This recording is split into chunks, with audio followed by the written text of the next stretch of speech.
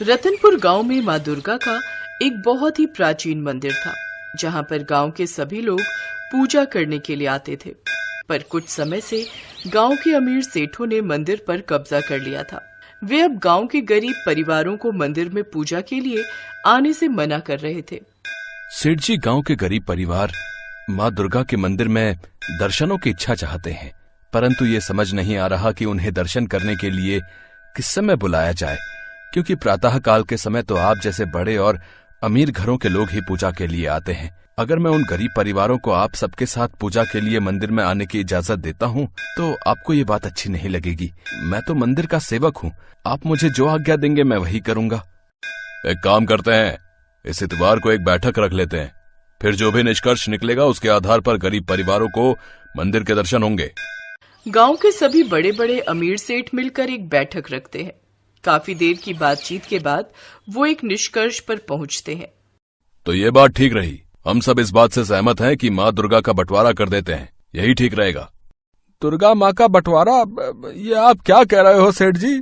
माँ दुर्गा हमारी माँ है, हम उनका बंटवारा कैसे कर सकते हैं? ओए, अपनी औकात में रह।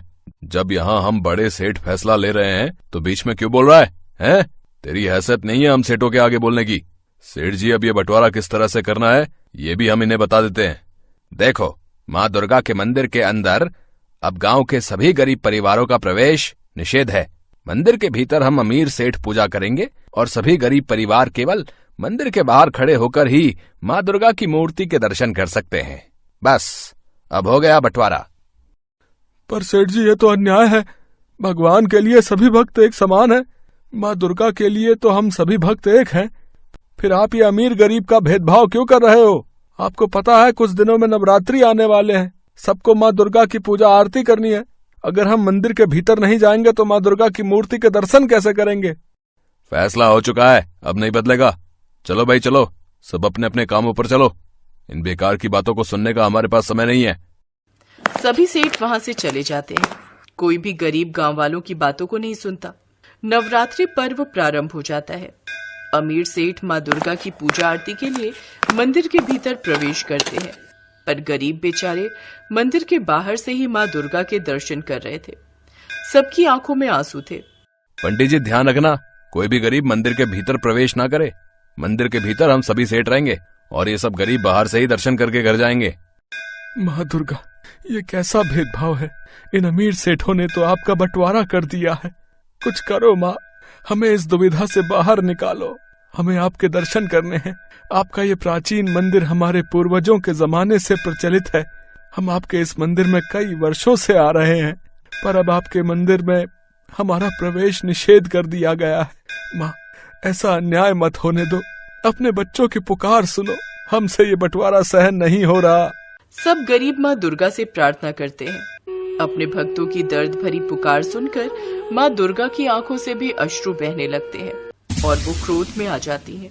पूरे गांव में आंधी तूफान आ जाता है। मंदिर के घंटे बजने लगते हैं, मानो कोई भयानक तूफान आने वाला हो। सभी अमीर सेठ घबराकर मंदिर के बाहर आ जाते हैं, पर गरीब परिवारों को कुछ भी नहीं हुआ। वे सब सही सलामत खड़े थे।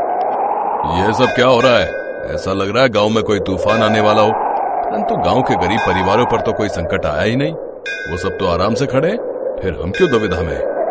तभी माँ दुर्गा की आवाज गूंजने लगती है, क्योंकि तुम सबने मेरी पूजा का अपमान किया है, मेरा बंटवारा किया है, अमीर गरीब में भेदभाव किया है।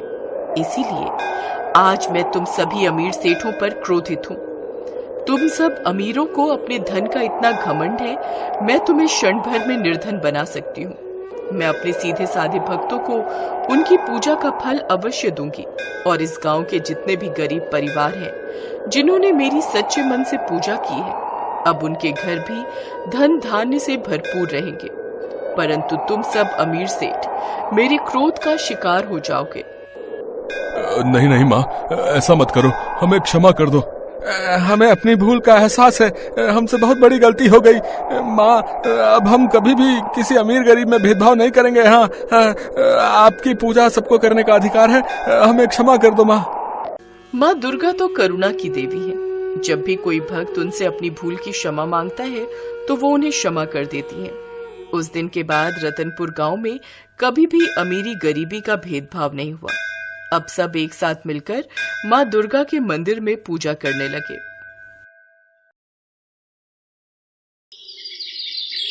मनहूस है तू मनहूस। सुबह सुबह तेरी शक्ल देख ली, अब पूरा दिन खराब हो जाएगा। पैदा होते ही अपने माँ बाप को खा गई।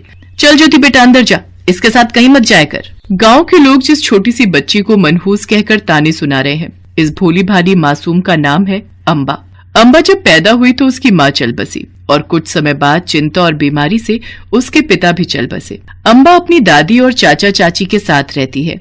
अम्बा की दादी शुरू से उसे माँ दुर्गा के बारे में बताती आई हैं। जब कभी अम्बा दुखी होती है, उसकी दादी उसे माँ दुर्गा का ध्यान करने के लिए कहती हैं। दादी, सब मुझे मनहूस कहकर बुलाते हैं। गांव के सब लोग मुझे इसी नाम से चिढ़ाते हैं। ना मेरी बच्ची, तू किसी की बात का बुरा मत माना कर।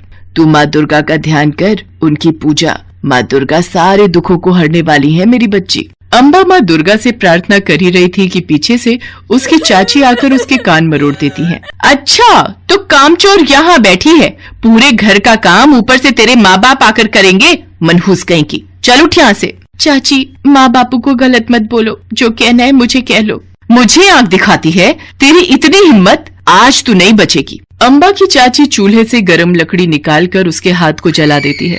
अम्बा दर्द से चिल्ला पड़ती है।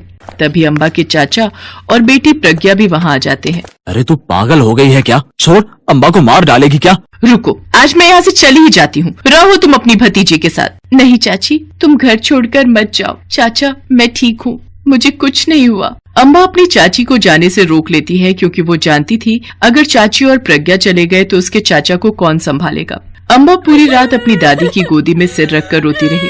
ऐसे ही दिन, महीने और साल बीत गए। अम्बा बड़ी हुई तो उसके चाचा ने उसकी शादी के बारे में सोचा। सरला, मैं सोच रहा था अब अम्बा की शादी कर देते हैं। भाभी के गहने तुमने संभाल कर रखे हुए हैं ना?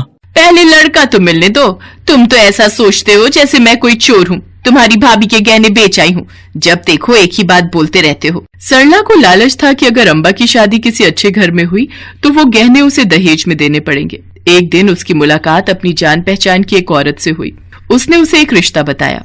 बात तो तू सही कह रही है, तू एक काम कर, तू ये रिश्ता पक्का कर दे। सरला, तू पागल हो गई है। तुझे पता भी है शारदा जी का बेटा दिमागी तौर पर ठीक नहीं है। तू फिर भी चाहती है कि अम्बा की शादी उससे हो जाए। जानते भी हो कितने अच्छे खानदान की है शारदा जी। तुम्हारी मनहूस भतीजी रानी बनकर राज करेगी वहाँ। अरे पागल है तो क्या, कम से कम ऊंचे खानदान में शादी तो हो जाएगी, वरना तुम्हारी मनहूस भतीजी से कोई शादी नहीं करेगा।